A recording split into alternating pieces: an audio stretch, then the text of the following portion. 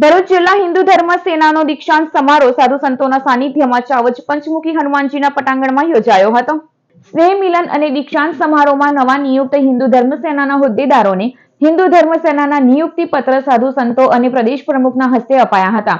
પ્રદેશ પ્રમુખ રાજન ત્રિપાઠી, સંત લોકેશાનંદજી મહારાજ, સંરક્ષક દેવુભાઈ કાઠીએ ધર્મરક્ષા, રાષ્ટ્રરક્ષા, ગૌરક્ષા, સાધુ સંતો મહંતોની રક્ષા કરવા આહ્વાન કર્યું હતું। અપૂજિત મંદિરોને પૂજિત કરવા સાથે સનાતન હિન્દુ ધર્મની સાંસ્કૃતિક પરંપરાને આગળ વધારી ભારતને હિન્દુ રાષ્ટ્ર બનાવવાના સંકલ્પ લેવડાવાયા હતા। કાર્યક્રમમાં અખિલ ભારતીય સંત સમિતિ ગુજરાત સંગઠનના મંત્રી લોકેશાનંદજી મહારાજ, હિન્દુ ધર્મ સેના સંરક્ષણ દેવું કાઠી, ગુજરાત પ્રમુખ રાજન ત્રિપાઠી, દક્ષિણ ગુજરાત પ્રમુખ સુધીરસિંહ અટોદરિયા, ઉપપ્રમુખ જીણાભાઈ ભરવાડ, જિલ્લા પ્રમુખ પ્રયાગરાજસિંહ વાસિયા, જિલ્લાના કાર્યકરો તેમજ હોદ્દેદારો ઉપસ્થિત રહ્યા હતા। अखिल भारतीय संत समिति प्रेरित हिंदू धर्म सेना द्वारा आज भरूच जिल्लो शहर तालुकानो दीक्षांत समारोहનો કાર્યક્રમ રાખવામાં આવ્યો છે।